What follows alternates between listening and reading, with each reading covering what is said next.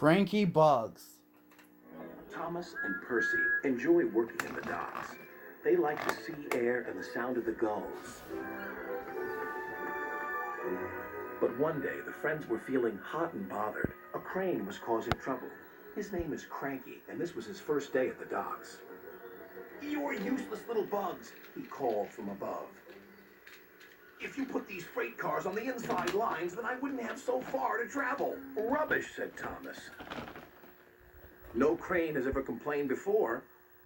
"Well, I'm complaining now." And Cranky banged his load down on the quayside. Later, the two engines met Gordon and James and told them about Cranky.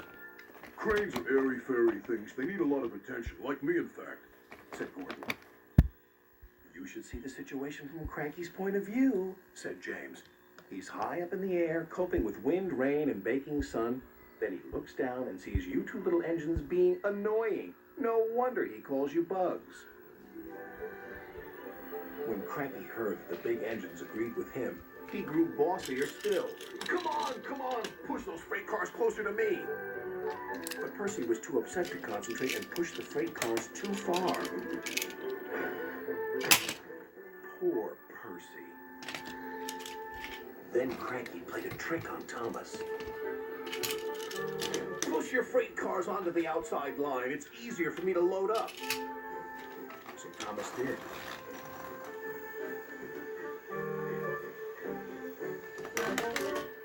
But Cranky left the loads beside the freight cars, not in them. "You must have known my arm can't reach you there," complained Cranky. This mix-up caused confusion and delay. Sir Topham Hatt was most upset. "Thomas and Percy, this new crane has an important job to do. I have heard that you have not been helping him today. You will go to your sheds and consider how you will improve yourselves tomorrow." Now Thomas and Percy were upset too.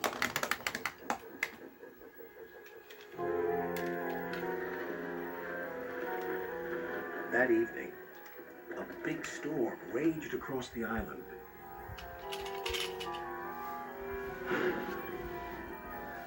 Cranky and the engines were trapped at the docks. "We're sure to be safe in this shed," said Duck. But he was wrong. The engines had no idea they were about to be put in great danger by an old tramp steamer. It was out of control and running aground, straight into the sheds.